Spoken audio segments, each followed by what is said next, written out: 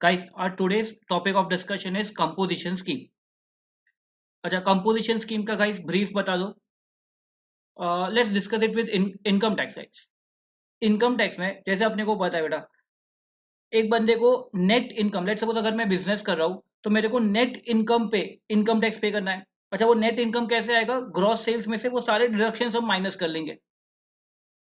अच्छा, but there were some assesses जो small person होते थे, जिनका टर्नओवर इतना नहीं है, जिनका प्रॉफिट इतना नहीं है, वो लोग गवर्नमेंट को रिक्वेस्ट करते थे कि हमें हमारा प्रॉफिट ही कम है, अगर हमें डिटेल रिकॉर्ड्स मेंटेन करना पड़ेगा, अगर हमें इसके लिए सीए को भी इतने एक्सपेंस देने पड़ेंगे, तो वो बिजनेस ही नहीं कर पाएगा बेटा. तो वो लोग ने ऐसा रिक्वेस्ट किया था कि उनके लिए थोड़ा सिंपलीफाइड सिस्टम रख दो. They don't have to maintain detail books of accounts.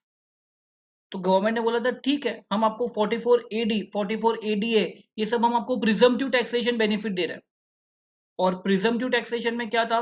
वो बंदे का जितना सेल्स है, वो सेल्स पे 1% पे कर देता था, और that was a net tax payable. उसके लिए उसको और कोई डिडक्शंस नहीं मिलता था. In similar way guys, in GST also there is a composition scheme.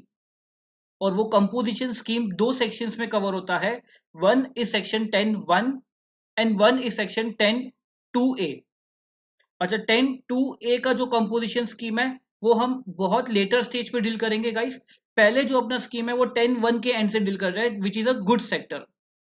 And एक ही सर्विस उसमें कवर्ड है, which is restaurant and catering service. चलो, so brief difference between normal tax payer and composition tax payer. As you can see, normal tax payer बंदा चार product बेच रहा है. ए पे 5% है, बी पे 12, सी पे 18 और डी पे 0.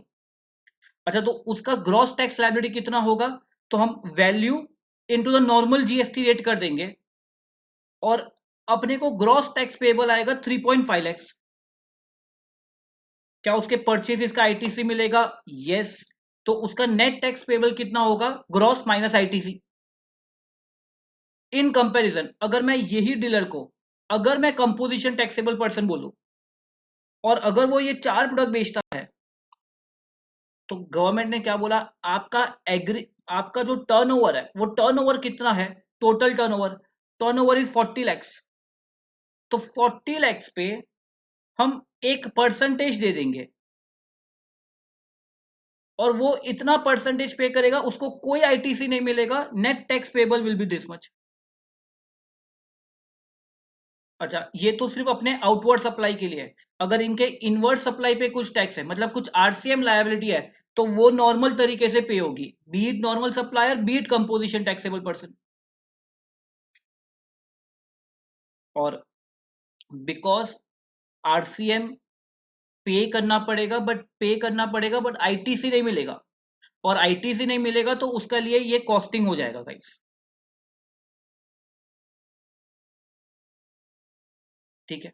और प्रोसीजर गाइस क्या डिफरेंस है? अगर मैं बोलूं नॉर्मल टैक्सेबल पर्सन है, तो उसको सप्लाई पे क्या इश्यू करना है बिलिंग वाइज? तो that person will issue tax invoice. Composition supplier will issue bill of supply. Okay. GST वो कैसे पे करेगा? अच्छा गाइस, एक मैं बता दूं, हम मैं आपको ये जो स्क्रीन पे दिखा रहा हूं, आप इसको पॉज करो and you keep on answering it guys.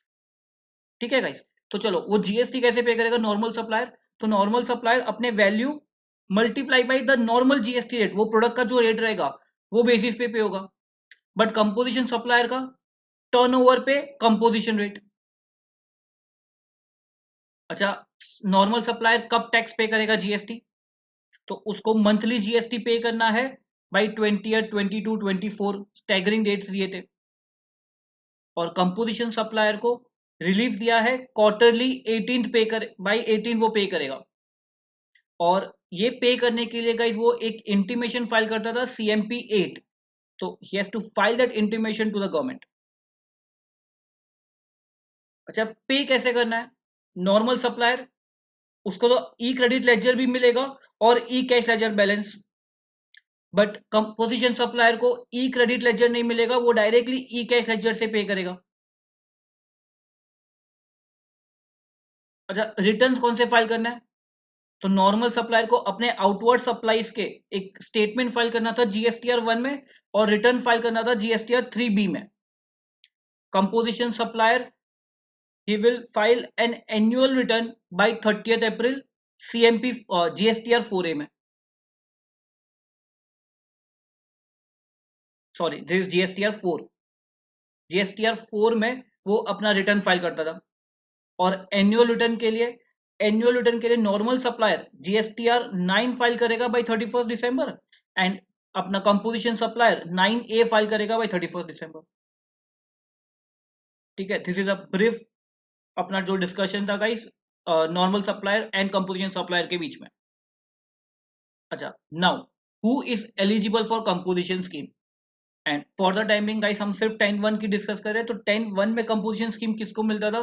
तो generally it was given to the good sector, right? Good sector में कौन आएंगे? मैन्युफैक्चरर भी आएगा, ट्रेडर भी आएगा. और सिर्फ एक सर्विस को कवर किया था which was restaurant and catering services. अच्छा, नाउ रिकॉल गाइस, कुछ प्रोडक्ट्स को लेके गवर्नमेंट बोलता था कुछ प्रोडक्ट्स को लेके हम उनको कंपोजिशन स्कीम नहीं देंगे.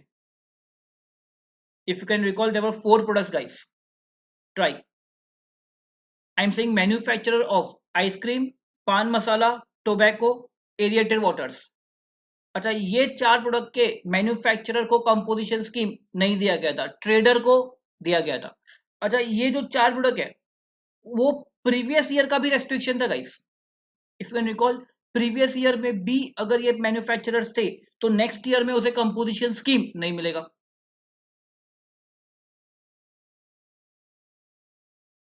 बाकी के मैन्युफैक्चरर्स को यस मिलेगा. Traders of this products yes, traders of other goods yes, catering service yes.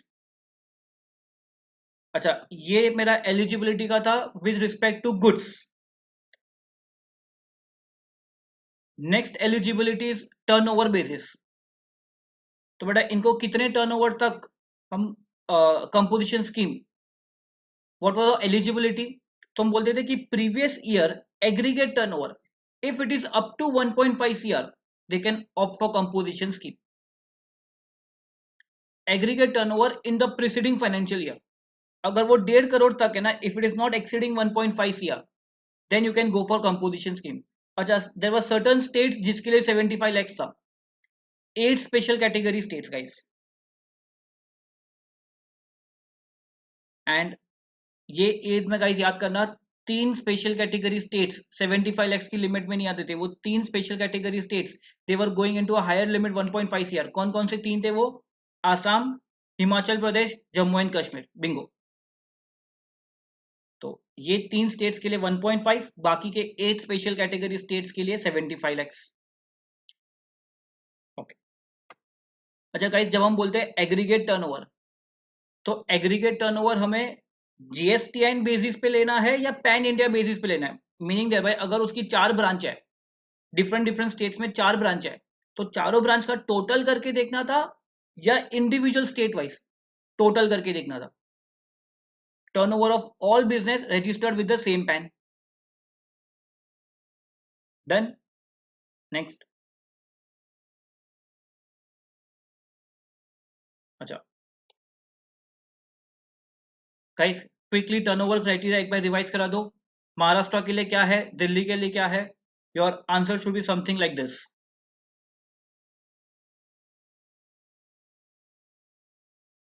I hope you have not made mistake in Assam, Himachal Pradesh, Jammu and Kashmir.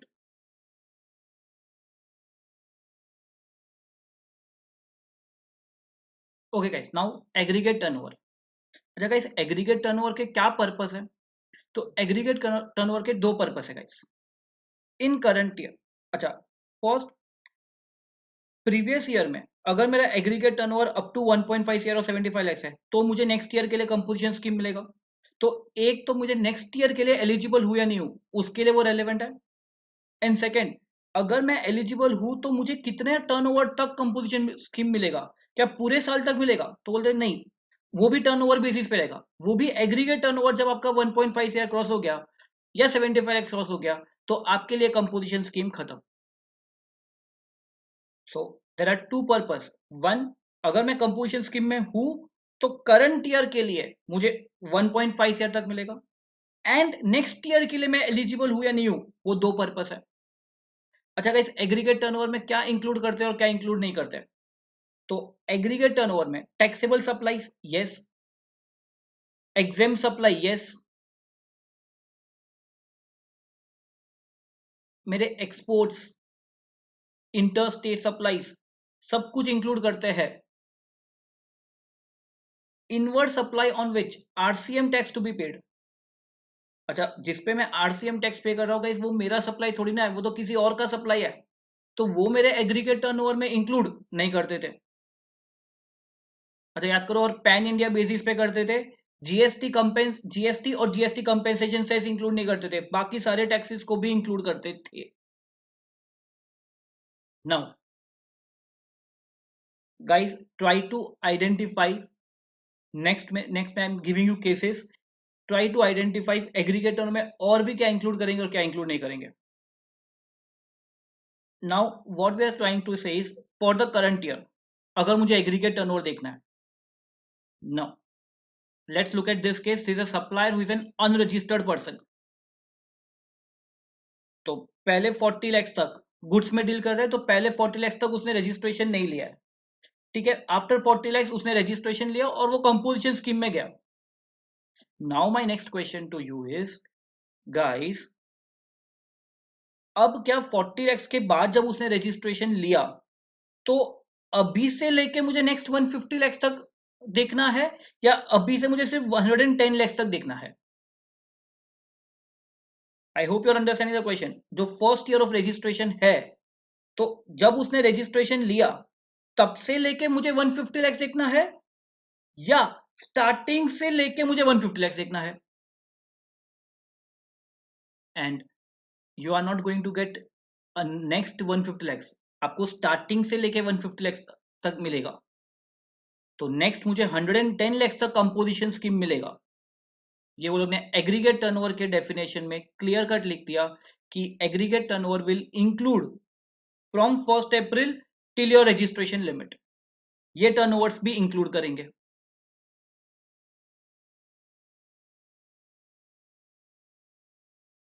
अच्छा, तो अब मुझे नेक्स्ट 110 lakhs में क्या क्या देखना है? ये 110 में मेरे कौन कौन से टर्नओवर्स हो सकते हैं? क्या टैक्सेबल टर्नओवर हो सकते हैं? यस। क्या एग्जाम टर्नओवर हो सकता है? यस। इंटर स्टेट नहीं हो सकता, एक्सपोर्ट नहीं हो सकता, बिकॉज वो कंपोजिशन स्कीम के आप कंडीशंस फॉलो नहीं करोगे, ठीक है। बट टैक्सेबल एग्जाम सारे सप्लाईज इंक्लूड होंगे। वन एग्जाम सप्लाई वो लोग इंक्लूड नहीं करते थे, एक एग्जाम सप्लाई को वो लोग छोड़ देते थे, विच इज इंटरेस्ट और डिस्काउंट। अगर आपने किसी को लोन दिया है, किसी को एडवांस दिया है और आपको इंटरेस्ट रिसीव हो रहा है, आपको बिल डिस्काउंटिंग में वो डिस्काउंट मिल रहा है, तो वो इंटरेस्ट और डिस्काउंट वो एक सर्विस को छोड़ दिया गया है, वो आपके एग्रीगेट टर्नओवर में नहीं आएगा। बाकी बीट टैक्सेबल बीट एग्जाम सारे आएंगे। तो ये वो लोग ने एक्सप्लेनेशन वन, इसमें एग्रीगेट टर्नओवर में वो लोग ने स्पेसिफिकली मेंशन किया हुआ है guys, it shall not include value of exempt supply of service provided by way of extending deposit loan advance insofar as consideration is represented by way of interest or discount। Guys clear है यहां तक aggregate turnover? Now try to identify,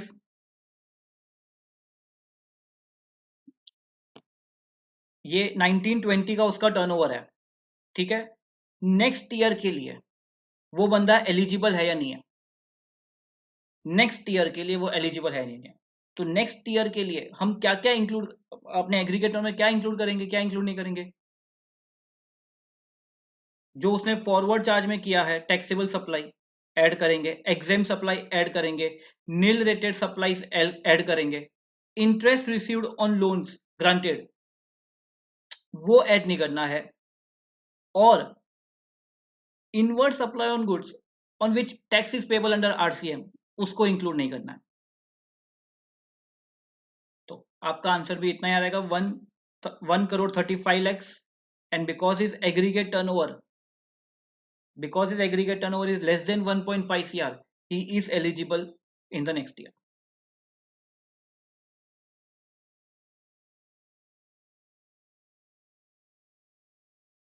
Similar way guys, this year ये supplier जो है ये intrastate और interstate दोनों supply कर रहे हैं, मतलब 1920 में वो कंपोजिशन स्कीम में नहीं गया है, 1920 में वो नॉर्मल पर्सन है और उसको ये टर्नओवर्स है। तो नेक्स्ट ईयर के लिए, क्या नेक्स्ट ईयर के लिए वो जा सकता है? अच्छा, नेक्स्ट ईयर के लिए जाने के लिए अपना एग्रीगेट टर्नओवर कितना है 1920 का, तो इसमें 60 लैक्स इंक्लूड करेंगे, 30 लैक्स इंक्लूड करेंगे, 25 लैक्स इंक्लूड करेंगे, 15 लैक्स जो लोन पे इंटरेस्ट मिला वो इंक्लूड नहीं करना है, और जिसपे आरसीएम टैक्स पे करना है वो इंक्लूड नहीं करना है। तो अपना एग्रीगेट टर्नओवर कितना हो गया? It is less than 1.5 CR, therefore he can go for composition scheme, but give him one advice, वो next year inter state supply नहीं कर सकता, because that is one of the condition of composition scheme. तो by this आपको ये clear हो गया guys, even तो वो इंटर स्टेट सप्लाई है तो दिस ईयर के लिए वो कंपोजिशन स्कीम में नहीं है, वो नॉर्मल पर्सन है, बट नेक्स्ट ईयर के लिए he can go for it. चलो नेक्स्ट, अब अपने को करंट ईयर और नेक्स्ट ईयर दोनों के एंड से सोचना है गाइस। Try,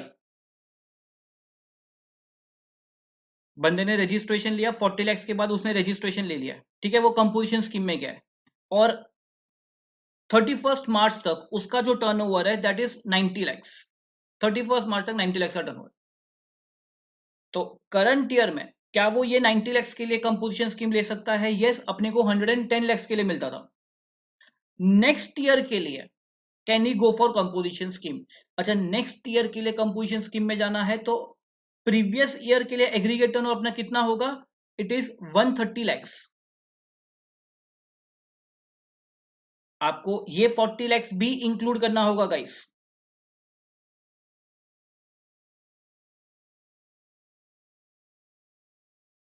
try next. मैं बोला आफ्टर 40 लैक्स आफ्टर रजिस्ट्रेशन उसका जो नेक्स्ट टर्नओवर है दैट इज 120 लैक्स। तो बड़ा अपने को करंट ईयर में 110 लैक्स तक मिलता था, तो 110 लैक्स तक वो कंपोजिशन स्कीम में रहेगा। नेक्स्ट जो 10 लैक्स रहेगा उसके लिए वो normal person, normal taxable person बन जाएगा।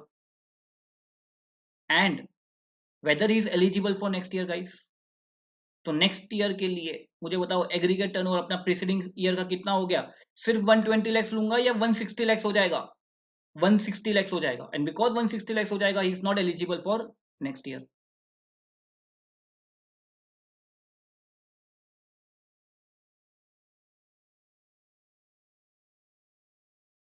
नेक्स्ट सिंपल पॉइंट है गाइस, कंपेंसेशन सेस। अगर एक बंदा कंपोजिशन स्कीम में गया तो कंपेंसेशन सेस क्या पे करना है? जस्ट फॉर एग्जांपल, एक बंदा कार डीलर है, अच्छा, कार बेचने पे, मोटर व्हीकल बेचने पे आपको पता है कंपेंसेशन सेस आता है।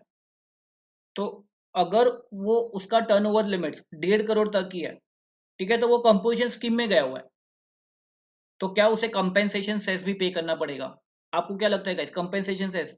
ऑब्वियसली गवर्नमेंट बोलेगा नहीं यार, तू सिर्फ कंपोजिशन टैक्स पे कर ले, तेरे पे एडिशनल बर्डन नहीं डालना चाहते हम लोग, तू स्मॉल पर्सन है, तो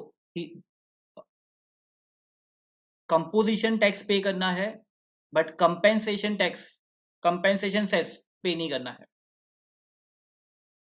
तो अपना एक नेट कंक्लूजन याद रख लो guys, GST compensation cess is not payable by composition supply.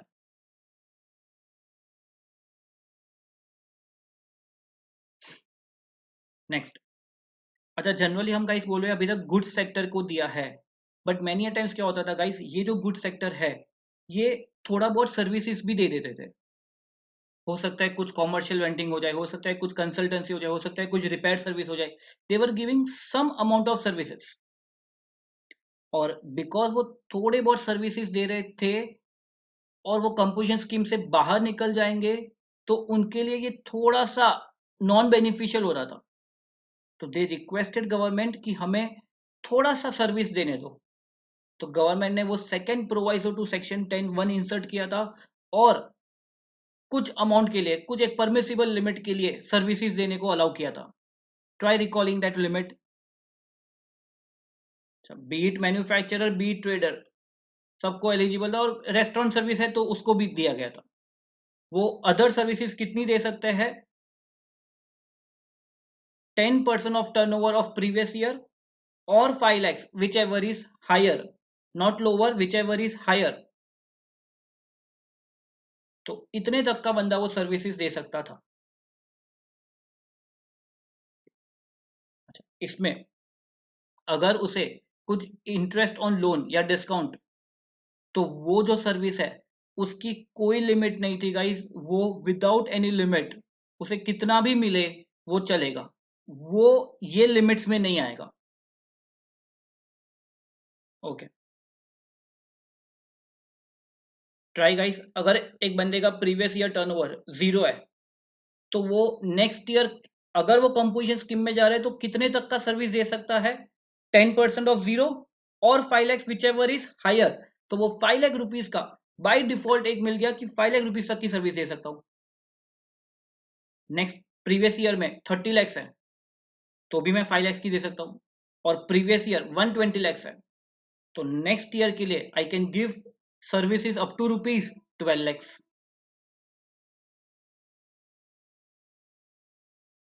Okay,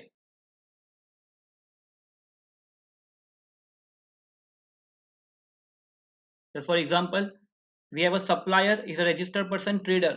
FY 19-20 में उसका जो टर्नओवर है वो 80 lakhs है. फॉर द टाइमिंग वो सिर्फ गुड्स में डील कर रहा है. क्या वो नेक्स्ट ईयर, कंपोजिशन स्कीम में जा सकता है? यस. लिमिट्स तो अपने पास 1.5 करोड़ की है. From 1 April 20 he is providing service relating to interior decoration. अच्छा, उसने एक सर्विस भी स्टार्ट कर दिया है गाइस. तो वो कितने वैल्यू तक सर्विस दे पाएगा? 10% ऑफ प्रीवियस ईयर टर्नओवर और 5 lakhs, whichever is higher. तो वो नेक्स्ट ईयर 8 लाख रुपीज तक की सर्विस दे पाएगा.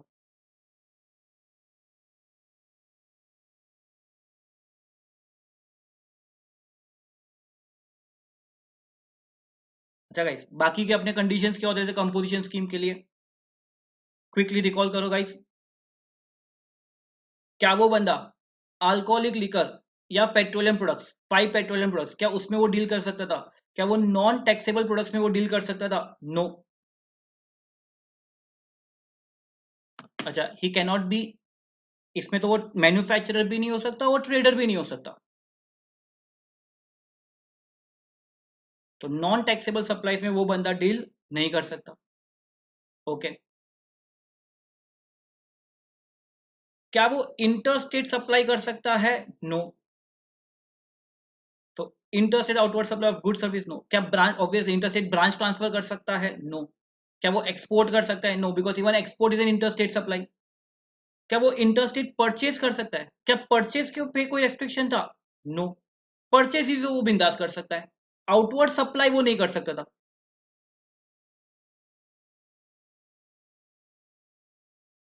और अगर उसे अमेजोन या फ्लिपकार्ट के थ्रू बेचना है तो गवर्नमेंट बोलता, अगर आप अमेजोन फ्लिपकार्ट के साथ बेच रहे हो तो आप कंपोजिशन स्कीम के लिए एलिजिबल नहीं हो.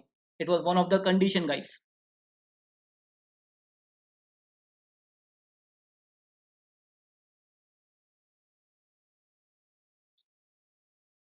Supply of good service through is own website. अच्छा, अगर खुद की वेबसाइट से बेच रहे हैं तो कोई रेस्ट्रिक्शन नहीं था. आप किसी और की वेबसाइट से बेच रहे हो, एक मार्केट प्लेस के बेच रहे हो जहां पे वो टीसीएस आता था, वहां पे आपको अलाउ नहीं किया था. बट अगर आपको खुद की वेबसाइट से बेचना है तो कोई रेस्ट्रिक्शन नहीं था गाइस.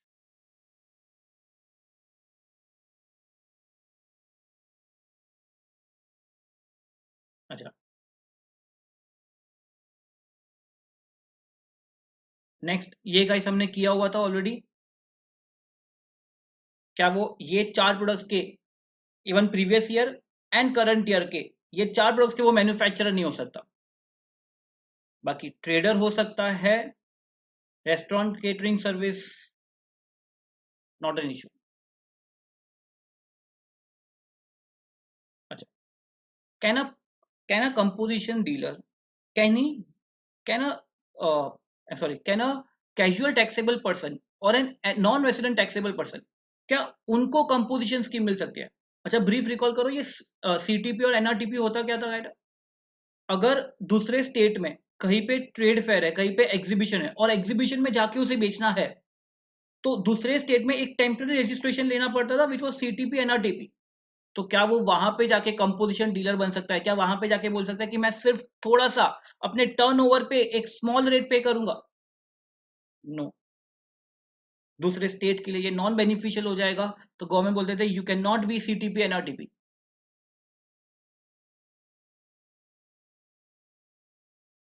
और एडिशनल कंडीशन गाइस, जब कंपोजिशन सप्लायर क्या रेसिपिएंट से टैक्स कलेक्ट कर सकता था? क्या वो टैक्स इनवॉइस इश्यू कर सकता था? नो, रेसिपिएंट से लेना ही नहीं, उसको टर्नओवर पे करना है बेटा। गवर्नमेंट ने कम टैक्स करवा करवा दिया है, तो रेसिपिएंट से वो चार्ज नहीं कर सकता। तो वो क्या इनवॉइस इश्यू करेगा, वो क्या डॉक्यूमेंट इश्यू करेगा? That was bill of supply. और वो बिल ऑफ सप्लाई पे क्लियरली मेंशन करेगा कि I am a composition dealer, I am not eligible to collect tax on my supplies.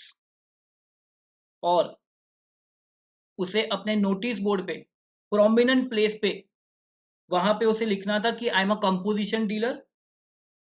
ये उसे अपनी प्रिंसिपल प्लेस पे ऑफ बिजनेस और every additional place of business, जितनी भी प्लेस ऑफ बिजनेस है वहां पे उसे नोटिस बोर्ड पे दिखाना था ये।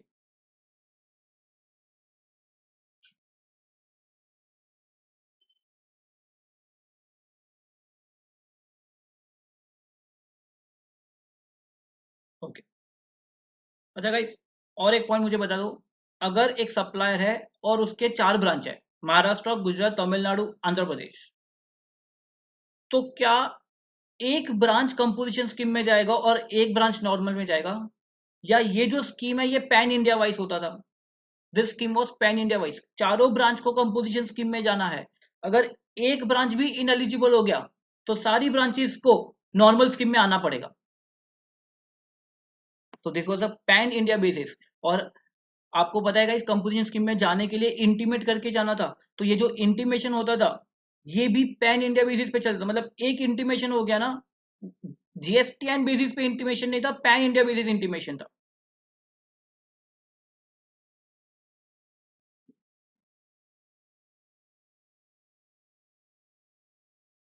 और ये चारों ब्रांच का टोटल करके हम देखते थे कि 1.5 करोड़ या 75 लाख की लिमिट्स में आ रहे हैं नहीं आ रहे। तो एलिजिबिलिटी लिमिट में हमें एग्रीगेट टर्नओवर करके देखना था ना। जैसे हमने कहा इस प्रीवियस स्लाइड में देखा, अ, कोई भी ब्रांच इंटर स्टेट सप्लाई नहीं कर सकता, एक्सपोर्ट नहीं कर सकता, ना ही इंटर स्टेट स्टॉक ट्रांसफर कर सकता है। तो कैन आई से गाइस, ये जो भी ब्रांचेस रहेंगे ये सिर्फ local sales within the state sales ही कर सकते हैं, इंट्रा स्टेट सप्लाई कर सकते हैं। और अगर ये इंट्रा स्टेट सप्लाई ही कर सकते हैं तो कैन आई से जब ये ब्रांचेस टैक्स पे करने जाएंगे तो वो अपने स्टेट में सीजीएसटी और वो स्टेट का एसजीएसटी पे करेंगे। Remember guys, all these branches, Maharashtra will pay CGST and Maharashtra SGST, Gujarat will pay CGST and Gujarat SGST, etc etc. तो जो भी पे करेंगे वो अपने स्टेट के टर्नओवर पे, टर्नओवर ऑफ द स्टेट पे वो लोग जीएसटी पे करेंगे गाइस। बट जब मैं एलिजिबिलिटी की बात कर रहा हूं, जब मैं मुझे देख रहा है कि मुझे 1.5 करोड़ क्रॉस हुआ या नहीं हुआ, ये हमें टोटल चारों का मिला के हमें चेक करना था। I hope you are clear with this point guys. Let's move on. Procedural points guys हमने डील कर दिए हैं ऑलरेडी। क्विकली आंसर कर दो। बिल ऑफ सप्लाई, क्या उसे आईटीसी मिलेगा? नो। टैक्स पेमेंट, गवर्नमेंट ने बोला ठीक है आप क्वार्टरली बेसिस पे कर सकते हो बाय 18th। तो अप्रैल में जून का 18 जुलाई को पे होगा। और उसके लिए एक इंटीमेशन देना था, सीएमपी 8। वो रिटर्न्स कौन से फाइल करेगा? जीएसटीआर 4 एनुअल होता था by 30th of April of the next year, और annual return GSTR 9A by 31st December of next financial year.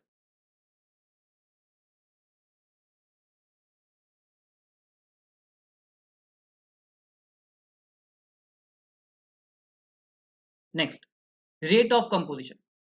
जब कंपोजिशन स्कीम में गया तो उसको कितना जीएसटी पे करना है, what is the rate of composition.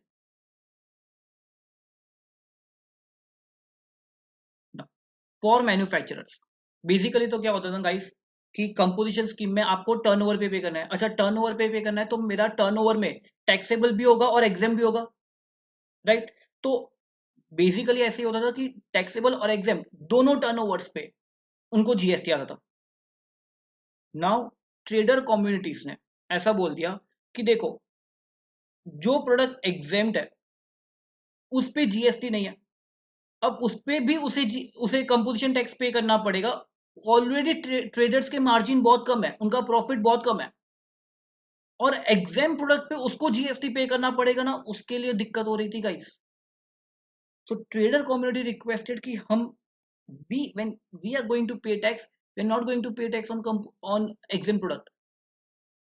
तो गवर्नमेंट ने क्या बोला, मैन्युफैक्चरर आप टैक्सेबल है, एग्जेम्प्ट है, आप वो दोनों पे करोगे। बट ठीक है, we are giving relief to the trader communities, trader सिर्फ अपने टैक्सेबल प्रोडक्ट्स पे टैक्स पे करेंगे। रेट तो आपको आई गेस क्लियर होगा गाइस, 0.5% सी, 0.5 एस, टैक्सेबल एग्जेम्प्ट दोनों, taxable exempt manufacturer. For restaurant, अपनी जो टैक्सेबल सर्विस है, रेस्टोरेंट की सर्विस है, उस पे 2.5 सी, 2.5 S. And for any other suppliers, अच्छा एनी अदर सप्लायर में क्या क्या आ जाएगा गाइस, ट्रेडर भी आ जाएगा, और जो सर्विसेज दे रहे हैं अदर देन रेस्टोरेंट वो भी आ जाएगा यहाँ पे। उसमें सिर्फ जो टैक्सेबल गुड सर्विस है, एग्जेम्प्ट की बात नहीं कर रहा हूं, जो टैक्सेबल गुड सर्विस है उस पे 0.5 सी और 0.5 S, only for taxable, not for exempt guys, don't make a mistake in this. चलो नेक्स्ट स्लाइड में आप देख लो। बोलो गाइस, मैन्युफैक्चरर, मैं बोला हूं वो प्रोडक्ट्स में डील कर रहा है जो टैक्सेबल भी है और एग्जेम भी है, और सर्विसेज भी दे रहा है जो टैक्सेबल भी है, एग्जेम भी है। Obviously this is with in the limits. तो गुड्स पे वो कितना पे करेगा और सर्विस पे कितना पे करेगा, pause and answer. Right guys, goods पे तो उसे बी टैक्सेबल बी एग्जेम पे करना ही है, बट सर्विस के केस में सिर्फ टैक्सेबल पे होगा, एग्जेम पे नहीं होगा। ओके, व्हाट इफ मैं बोलूं ये ट्रेडर है, ट्रेडर में तो गाइस गुड्स में भी सिर्फ टैक्सेबल पे होगा, एग्जेम पे नहीं होगा। सर्विसेज में टैक्सेबल में पे होगा, एग्जेम में पे नहीं होगा।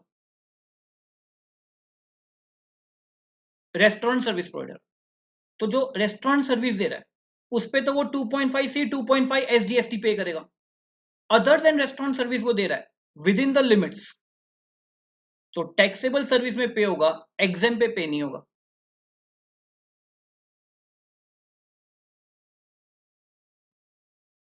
I hope you are clear with the rates of composition, guys.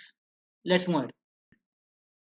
Okay, guys. Next, turnover in state. अच्छा guys, जैसे मैंने पहले बताया आपको, टर्नओवर ऑफ स्टेट ये हम कब यूज करते हैं, जब हमें जीएसटी पे करना है। तो एवरी एवरी ब्रांच वो उसके अपने स्टेट में उसे जीएसटी पे करना है, तो वो अपने स्टेट के टर्नओवर पे करेगा। अच्छा, तो वो स्टेट के टर्नओवर में क्या क्या इंक्लूड होगा गाइस, आपको पता है मैन्युफैक्चरर के लिए क्या क्या इंक्लूड होगा, टैक्सेबल और एग्जेम दोनों, और ट्रेडर के लिए सिर्फ टैक्सेबल सप्लाईज। अच्छा, बट मुझे ये बताओ गाइस, व्हाट इफ पर्सन ने फर्स्ट टाइम रजिस्ट्रेशन लिया है, तो उसके स्टेट के टर्नओवर में क्या इंक्लूड होगा और क्या इंक्लूड नहीं होगा। Let's look at the case. मैं बोला हूं this person is a supplier unregistered person. Now 40 lakhs होने के बाद उसने रजिस्ट्रेशन लिया और कंपोजिशन स्कीम में गया। अब अपने को पता है अब से लेके नेक्स्ट 110 लैक्स तक अपने को कंपोजिशन स्कीम मिलेगा। अब ये 110 लैक्स में हो सकते हैं वो बंदे के टैक्सेबल सप्लाई भी है, एग्जेम भी है, and he is receiving interest और डिस्काउंट ऑल्सो। तो ये मैन्युफैक्चरर किस किस टर्नओवर पे जीएसटी पे करेगा, पहले मुझे बताओ, क्या ये पहले 40 लैक्स पे जीएसटी पे करेगा जब तक का उसका रजिस्ट्रेशन का टर्नओवर है, क्या ये थ्रेशोल्ड पे वो जीएसटी पे करेगा? Obviously no. गवर्नमेंट ने बोला है कि पहले 40 लैक्स तक आपको जीएसटी पे करने की जरूरत नहीं है, तो ये 40 लैक्स स्टेट टर्नओवर में इंक्लूड नहीं होगा गाइस, एग्रीगेट टर्नओवर में यूज होगा बिकॉज उसका पर्पस अलग है। यहां पे इसका पर्पस अलग है, इस पे वो जीएसटी पे नहीं करेगा। ओके,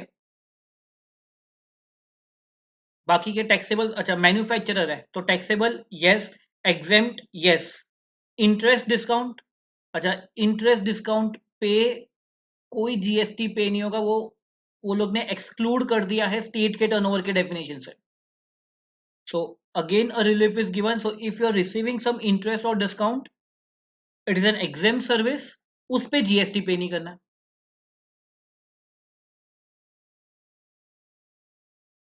तो ये स्टेट टर्नओवर आपके एक्सप्लेनेशन 2 में वो लोग ने डिफाइन किया हुआ है। It will not include two things, one starting of the year 1 April से लेके थ्रेशोल्ड तक का रजिस्ट्रेशन का turnover, first, second exam service by way of interest on loan, interest on loan और डिस्काउंट। ठीक है, अच्छा सेम एग्जांपल अगर मैं ट्रेडर के पर्सपेक्टिव से बोलूं तो,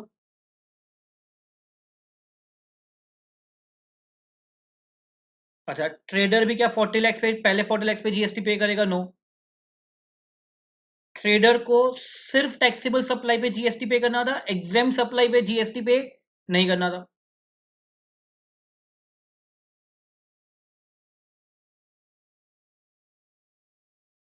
So I hope guys you are clear with the definition of turnover in states.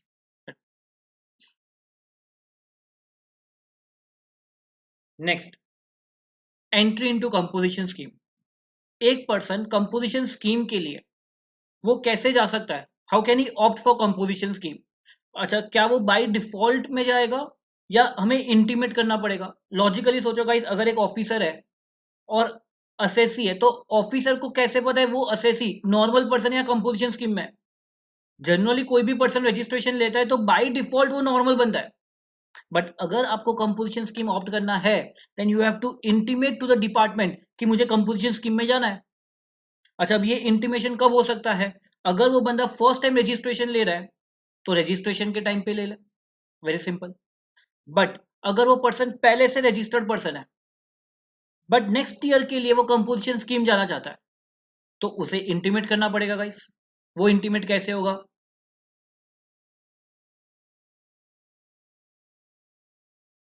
अपने को 3 आंसर करना है गाइस, 3 क्वेश्चन। कौन से फॉर्म में करना है, उसे कब वो ये फॉर्म फाइल करना है और ये कब से इफेक्टिव रहेगा। अगर वो फ्रेश रजिस्ट्रेशन ले रहा है तो वो REG 1 फाइल करता रहेगा। तो REG 1 में पार्ट बी में वहां पे एक इंटीमेशन का पॉइंट रहेगा कि मुझे कंपोजिशन स्कीम में जाना है, वो वहां पे टिक कर लेगा, that is nothing but an intimation. अच्छा, तो ये आप कब फाइल कर रहे हो? When you are taking registration. ये कब से इफेक्टिव रहेगा? तो जब से रजिस्ट्रेशन इफेक्टिव है तब से ये इफेक्टिव रह जाएगा। अच्छा, what if a person was a registered person but next year से वो कंपोजिशन स्कीम में जाना चाहता है? अच्छा, 1 point two note here guys, you can not go into composition scheme in mid of the year. आपको अगर जाना है तो वो नेक्स्ट ईयर से 1 अप्रैल से होगा। ठीक है, अब उसके लिए उसे कैसे इंटीमेट करना है? Bye filing CMP 2। अच्छा, ये कब इंटीमेट करना है? तो before the commencement of the financial year उसे ये इंटीमेट करना है, बिफोर 1 अप्रैल। और ये कब से इफेक्टिव रहेगा? 1 अप्रैल से इफेक्टिव रहेगा। अच्छा गाइस, एक आईटीसी रिलेटेड पॉइंट बोल दो मुझे। मैं बोला हूं अगर ये पर्सन रजिस्टर्ड पर्सन है तो during this period can I से वो आईटीसी क्लेम करता रहेगा। और 1 अप्रैल के बाद when he is going into composition तो उसे कोई आईटीसी नहीं मिलने वाला है। नाउ हो सकता है उसके पास 31 मार्च को कुछ क्लोजिंग स्टॉक हो जाए जिसपे उसने आईटीसी लेके रखा रहेगा। तो गवर्नमेंट बोलेगा आपको जो क्लोजिंग स्टॉक रिलेटेड आईटीसी आपने लिया हुआ है उसको आपको रिवर्स करना पड़ेगा। और ये रिवर्स कैसे करेगा, वो कितना करना है, उसे इंटीमेट कैसे करना है? तो आई एम सेइंग इंटीमेट उसे ITC 3 ये फाइल करना है। ITC 3 is when we are paying paying GST on the closing stock. हम जो आईटीसी रिवर्स करते हैं वो हमें आईटीसी 3 में इंटीमेट करना है, और आपको ये कब तक इंटीमेट करना है? With in 60 days from the commencement of financial year. कितना रिवर्स करना है? Let's look eight next slide. And one point two note here is, अगर आप एक बार आपने इंटीमेशन दिया है और नेक्स्ट ईयर के लिए भी आप कंटिन्यू करना चाहते हो कंपोजिशन स्कीम में, तो आपको कोई फ्रेश इंटीमेशन फाइल करने की जरूरत नहीं है। जो एक ही इंटीमेशन देना है, फिर जब तक आप कंपोजिशन स्कीम में हो आप कंपोजिशन स्कीम में रहोगे। Then let's look at guys, अपने को कितना आईटीसी पे करना है। Now I am saying this person is a registered person, और उसके जो सप्लाईज है वो टैक्सेबल सप्लाईज है। अब उसके टैक्सेबल सप्लाईज है तो क्या उसे आईटीसी मिलता रहेगा? Yes. Just assume, let suppose उसने जो आईटीसी लेके रखा हुआ है ई क्रेडिट लेजर में, लेट सपोज 2 लाख रुपीज दिख रहा है। From next year 1 April 20 he is opting for composition. अच्छा, तो 31 मार्च का उसका कितना क्लोजिंग स्टॉक है? तो हमने देखा 31 मार्च को ये पर्सन के पास कुछ इनपुट्स, कुछ रॉ मटेरियल्स है, कुछ डब्ल्यूआईपी है और कुछ फिनिश गुड्स है। अच्छा, तो इसके रिलेटेड उसने आईटीसी कितना लिया रहेगा? अब जैसे मेरे पास 100 केजी का रॉ मटेरियल है, तो वो मेरा आईटीसी, उस 100 केजी का जो आईटीसी रहेगा that is one portion. Second, मेरे पास 100 केजी का डब्ल्यूआईपी है। अच्छा, बट एक डब्ल्यूआईपी को बनाने के लिए आई नीड 1.5 केजी इनपुट्स। अगर मेरे पास 100 केजी का डब्ल्यूआईपी है तो मेरे को 150 केजी इनपुट्स यूज किए रहेंगे मैंने। इसके रिलेटेड आईटीसी फाइंड आउट करो, नंबर 2। एंड एक फिनिश गुड्स को बनाने के लिए मुझे 2 इनपुट्स चाहिए। अगर मेरे पास 100 केजी का फिनिश गुड्स है तो मेरे पास 200 केजी के इनपुट्स रहेंगे, मैंने यूज किए रहेंगे, उसके रिलेटेड आपको आईटीसी रिवर्स करना पड़ेगा।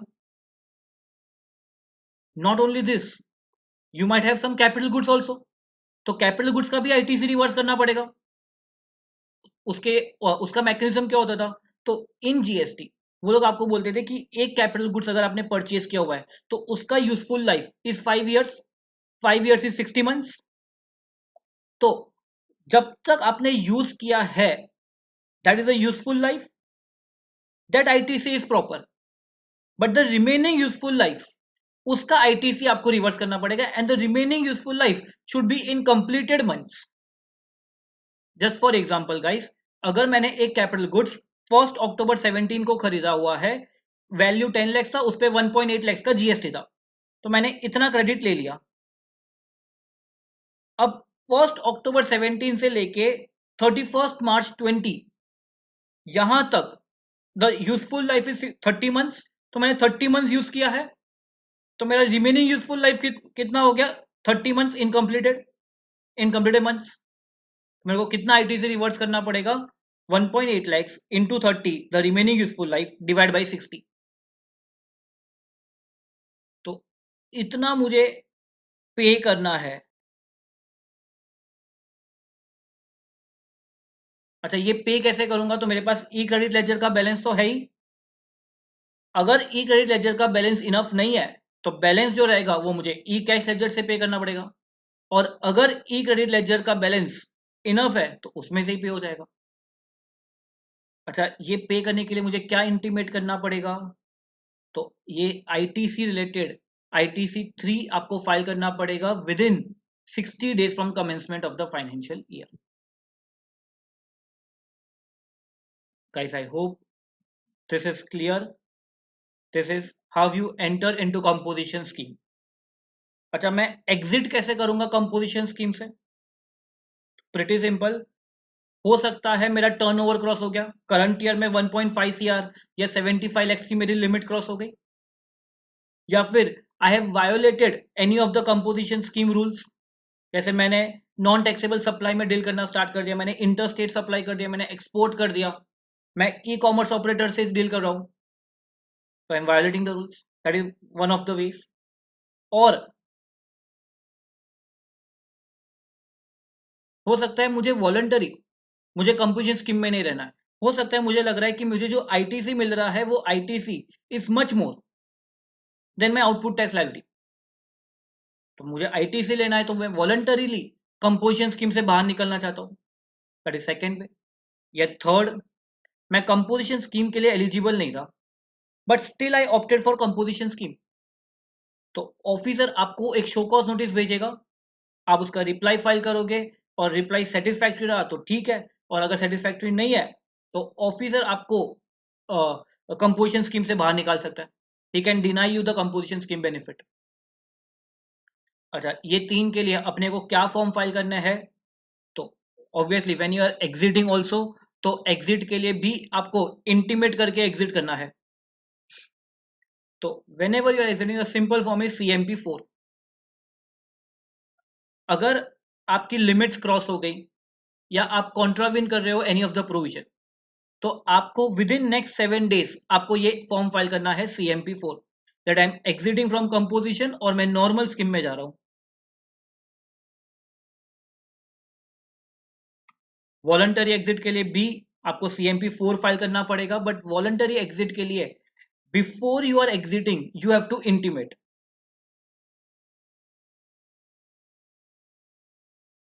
और ऑफिसर आपको शो कॉज नोटिस भेजेगा, शो कॉज नोटिस CMP5 में भेजेगा, आपको रिप्लाई फाइल करना है within the next 15 days CMP6 में,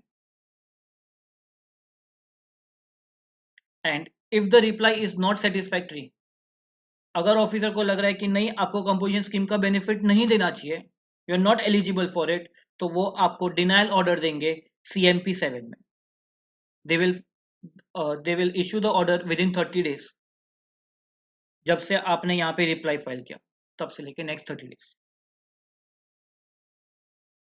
ओके गाइस, आईटी से रिलेटेड क्या पॉइंट रहेगा, जब हम कंपोजिशन स्कीम में एंटर कर रहे थे तो हम क्लोजिंग स्टॉक पे पे करते थे, जब हम कंपोजिशन स्कीम से एग्जिट करेंगे तो कहने से क्लोजिंग स्टॉक रिलेटेड मैंने आईटीसी नहीं लिया रहेगा तो मुझे वो आईटीसी मिलेगा, I am entering into the ITC chain, तो मुझे कितना आईटीसी मिलेगा guys,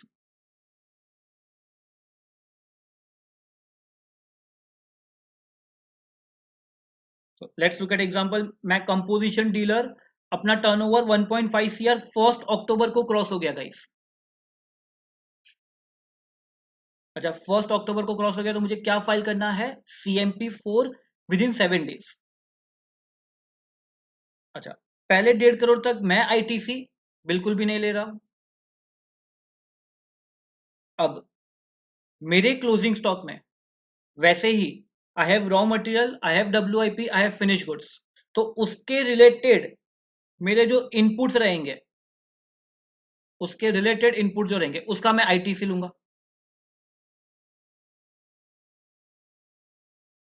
not only that, capital goods का भी आईटीसी लूंगा, बट कैपिटल गुड्स का आईटीसी लेने का तरीका यहाँ पे थोड़ा डिफरेंट है।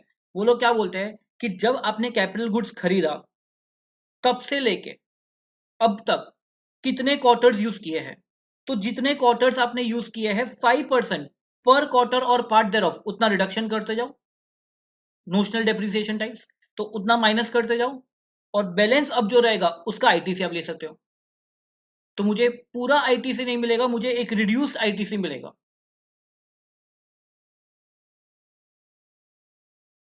अच्छा, एक पॉइंट यहाँ पे ऐसा था गाइस, जब वो लोग आईटीसी दे रहे थे तो वो लोग बोलते थे कि आपके ये बहुत पुराने परचेसेस नहीं चलेंगे, ये रीसेंट परचेसेस होने चाहिए, ये लास्ट 1 ईयर के परचेज होने चाहिए, तो you have to note this point guys, जब पे करवाते थे तो ऐसा कोई 1 साल का कंडीशन नहीं था, तो पूरा पे करवाएंगे कितना भी पुराना हो, बट जब आईटीसी लेने की बात आएगी तो लास्ट 1 ईयर के ही आपको आईटीसी मिलेगा।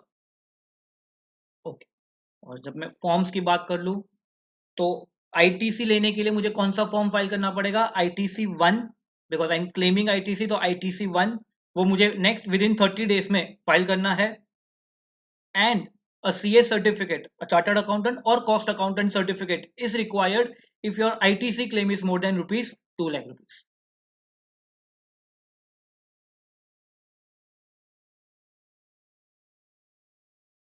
Next, अच्छा, लेट्स सपोज हम एक केस डील कर रहे हैं गाइस. We have a composition dealer who wants to withdraw from composition scheme. अच्छा, उसे लेट्स सपोज 1 अक्टूबर से विथड्रॉ करना है, तो उसके लिए ऑब्वियसली वो फॉर्म CMP4 फाइल करेगा. He have to mention the date of withdraw, but he can not be made prior to 1 April. Make sense? Retrospective withdrawal assess ही नहीं कर सकता. Then we have a composition dealer, वो composition scheme में था. 1 अक्टूबर, assume करो उसने interstate supply कर दिया, उसने एक्सपोर्ट कर दिया. So he is no longer, he should be no longer in composition scheme. But वो बंदा अभी भी कंपोजिशन स्कीम में ही फॉलो कर रहा है, तो वो क्वार्टरली बेसिस पे टैक्स पे करता रहेगा अपने टर्नओवर पे. अब ऑफिसर को ये पता चला, ऑफिसर को कब पता चला? 18 फेब को. तो उसके पहले उसने शो कॉज नोटिस भेजा, आपने रिप्लाई किया, उसके बाद उसने डिनायल ऑर्डर दिया. अब ये denial order can it be from 1 April? No, because 1 April से लेके 1 अक्टूबर तक तो वो सारे कंडीशंस उसने फॉलो किए. तो जब उसने वायोलेट किया है तब से रेट्रोस्पेक्टिव उसे निकाल सकते हैं. It can be retrospectively from the date of contravention. Make sense guys? अच्छा, CMP7 आ गया, आपको डिनायल ऑर्डर आ गया गाइस. अच्छा, यहाँ ये पीरियड से लेके यहाँ तक 18 फेब तक तो आप कंपोजिशन टैक्स कुछ ना कुछ पे करते रहेंगे गाइस. बट आपको रेट्रोस्पेक्टिवली निकाला गया तो कैन आई से आपको डिफरेंशियल टैक्स पे करना पड़ेगा. और ये डिफरेंशियल टैक्स पे करने के लिए ऑफिसर आपको क्या इश्यू करेगा? तो ऑफिसर आपको show cause notice demand order 73-74 में इश्यू करेगा और रिकवर करेगा amounts.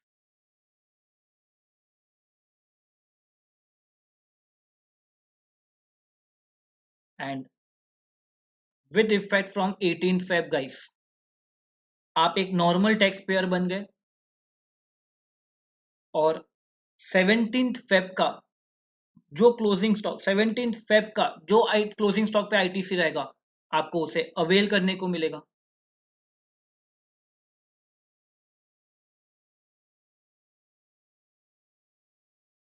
Next, let's discuss guys another composition scheme, section 10(2)(a) composition scheme. Before section 10(2)(a) आपको पता था ये एक नोटिफिकेशन 2/19 से आता था. अब वो लोग ने उसको 10(2)(a) में डाल दिया है गाइस. ये कंपोजिशन स्कीम किसके लिए एलिजिबल है? To conditions for 10(2)(a).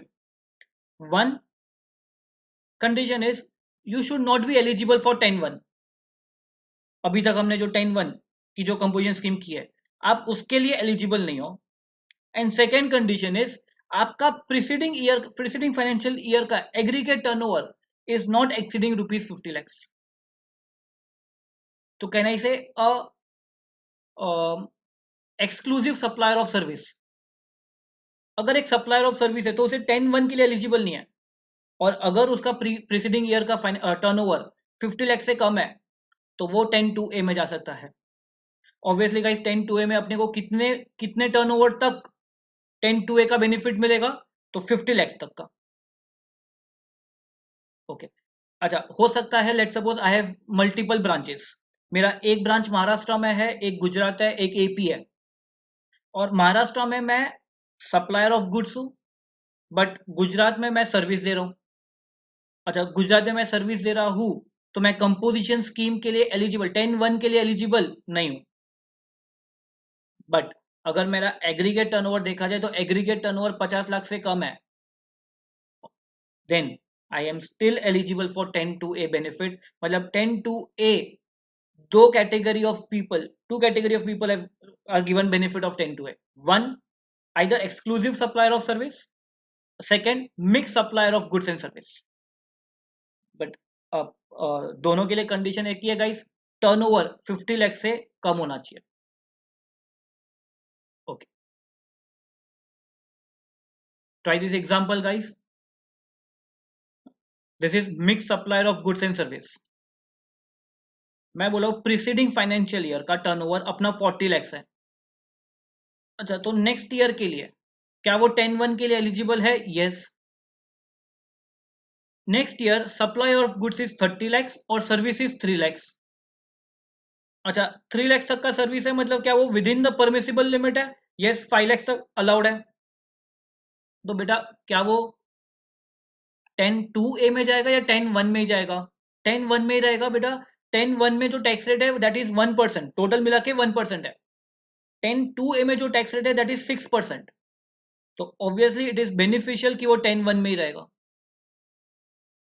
Second example में अगर मेरा टर्नओवर 40 lakhs है तो नेक्स्ट ईयर के लिए 10(1) के लिए एलिजिबल हूं. But in the current year मैं 30 lakhs का गुड्स दे रहा हूं, तो मुझे कितने तक का सर्विस अलाउड है? 5 lakhs. बट मैं 6 lakhs तक की सर्विस दे रहा हूं, तो क्या मैं 10(1) के कंडीशन फुलफिल कर रहा हूं? नो. और अगर 10(1) के फुलफिल नहीं कर रहा हूं बट प्रीसीडिंग ईयर मेरा 50 लाख से कम है, तो क्या 10(2)(a) बेनिफिट मिल सकता है? Yes, I can opt for 10(2)(a). अगर प्रीसीडिंग ईयर 80 lakhs है तो 10(1) के लिए जाऊंगा. यस, 10(1) तो मिलेगा. अब गुड्स का टर्नओवर मेरा 75 lakhs है, सर्विसेज आर 12 lakhs, तो 10(1) के लिए मैं एलिजिबल नहीं रहा बिकॉज सर्विस की लिमिट एक्सीड हो गई. 10 50 लाख से कम है मेरा, नहीं, तो मुझे कंपोजिशन स्कीम मिलेगा ही नहीं. Simple to conditions. You should not be eligible for 10(1) and your preceding year should be up to 50 lakhs. अच्छा अगर मैं एक्सक्लूसिव सप्लायर ऑफ सर्विस हूं तो 10(1) तो मेरे को मिलेगा ही नहीं, तो ये कंडीशन तो मेरी फुलफिल हो गई. प्रीसीडिंग ईयर का टर्नओवर अगर 50 lakhs है तो I am eligible for 10(2)(a). 50 से ज्यादा है तो 10(2)(a) भी नहीं मिलेगा. Cannot opt for composition scheme. Rest all conditions for जो 10(1) में हमने किया वो सारी कंडीशन सेम है गाइस. 10(2)(a) में there are two changes. One is with respect to the condition जो हमने अभी किया ये. Second, rate of composition tax. Rate of composition tax में वो लोग बोल रहे guys, be it goods, be it service, be it taxable, be it exempt, कुछ भी रहने दो, एनीथिंग 6% पे होगा. 3% CGST, 3% SGST.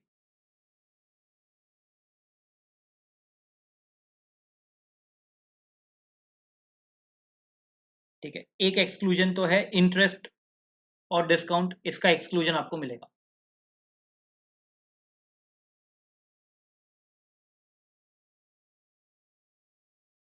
Guys now try yourself. आप ये बताना कि क्या वो 10(1) के लिए जाएगा या 10(2)(a) के लिए जाएगा.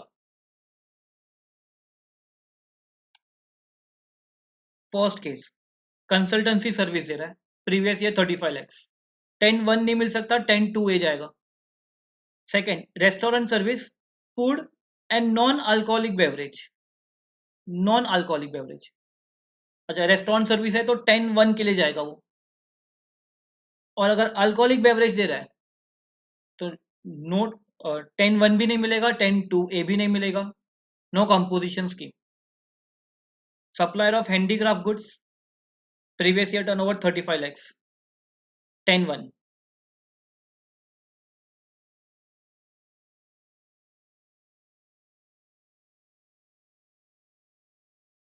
We have a supplier in Maharashtra.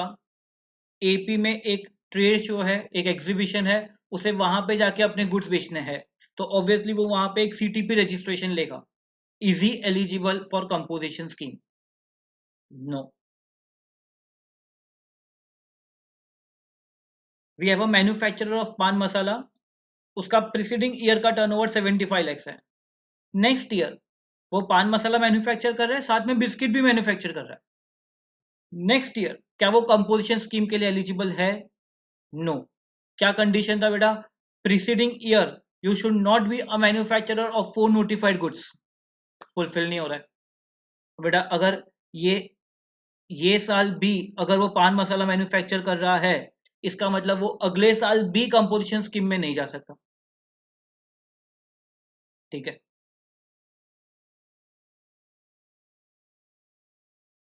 We have mister X, an interior designer.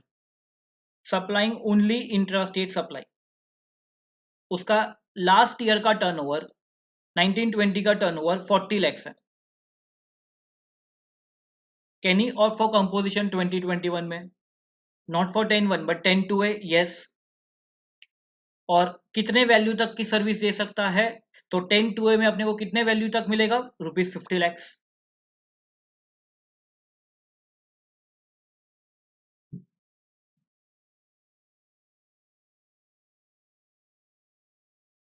अगर एक केटरर है वो भी इंट्रा स्टेट सप्लाई ही कर रहा है, लास्ट ईयर का टर्नओवर 40 lakhs, क्या नेक्स्ट ईयर के लिए कंपोजिशन स्कीम जाएगा? Yes.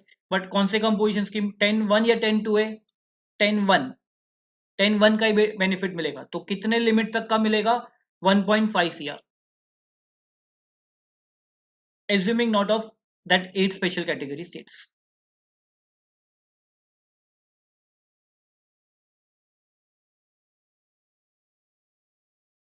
This he's a supplier of luxury bags, उसे Amazon फ्लिपकार्ट से बेचना है, cannot opt for composition। Export करना है, cannot opt for composition। This person is supplying to SEZ in Maharashtra, उसे महाराष्ट्र के SEZ में सप्लाई करना है। अच्छा, दो both are in Maharashtra but this is an interstate supply. आपको याद होगा इस नेचर ऑफ सप्लाई, अगर आप SEZ को सप्लाई कर रहे हो, it is an interstate supply 75B, because interstate supply है, कंपोजिशन स्कीम नहीं मिलेगा।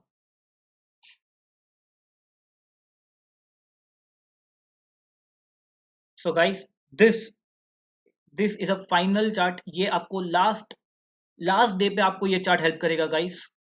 इस one page chart which entirely summarises composition scheme.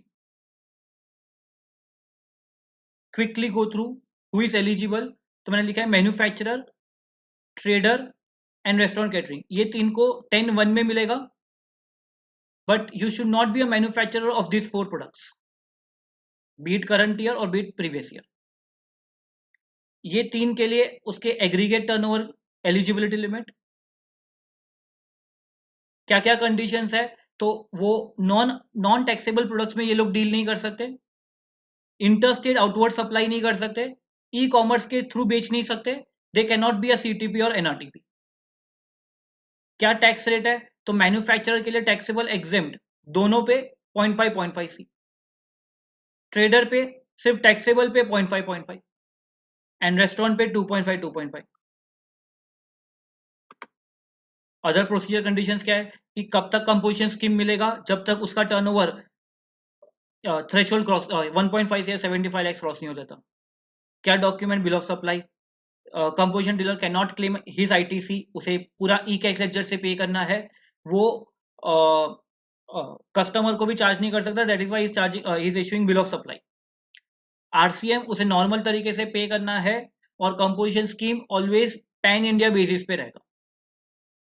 और कौन सी सर्विस प्रोवाइड कर सकते हैं ये लोग? तो interest on loan, any amount it can be given, any limits. और अदर सर्विस, ये परमिसिबल लिमिट है 10% of the turnover of preceding year और 5 lakhs whichever is higher. और एक है सर्विस प्रोवाइडर या mix supplier of goods and service. 10-2A में आपको मिलेगा अगर आपका aggregate turnover of the preceding year is up to ₹50 lakhs, तो करंट ईयर में 50 lakhs तक मिलेगा। क्या टैक्स रेट है? 3% प्लस 3%। इसमें टैक्सेबल भी होगा और एग्जेम भी होगा, other all conditions are same. और एलिजिबिलिटी के लिए जब मैं एग्रीगेट टर्नओवर बोल रहा हूँ तो अपने को क्या इंक्लूड करना है? तो टैक्सेबल हो सकता है, एग्जेम्प्ट, एक्सपोर्ट, इंटरस्टेट, सब कुछ हो सकता है। फर्स्ट करंट ईयर में 1 अप्रैल से लेके जब तक मैं रजिस्ट्रेशन ले रहा हूँ वो टर्नओवर भी इंक्लूड होगा, इंटरेस्ट ऑन लोन और डिस्काउंट इंक्लूड नहीं होगा। बट जब मैं पे करने की बात कर रहा हूँ, टर्नओवर ऑफ स्टेट की बात कर रहा हूँ, तो टैक्सेबल सप्लाई होगा, exempt supply for manufacturer, 1 April से लेके रजिस्ट्रेशन तक का टर्नओवर इंक्लूड नहीं होगा, इंटरेस्ट और डिस्काउंट इंक्लूड नहीं होगा। And this is procedural point guys, पे कब करना है, रिटर्न कब फाइल करना है, एनुअल रिटर्न कब फाइल करना है। I hope guys this is a good summarization, आपको लास्ट डे पे बहुत हेल्प करेगा। Thank you guys.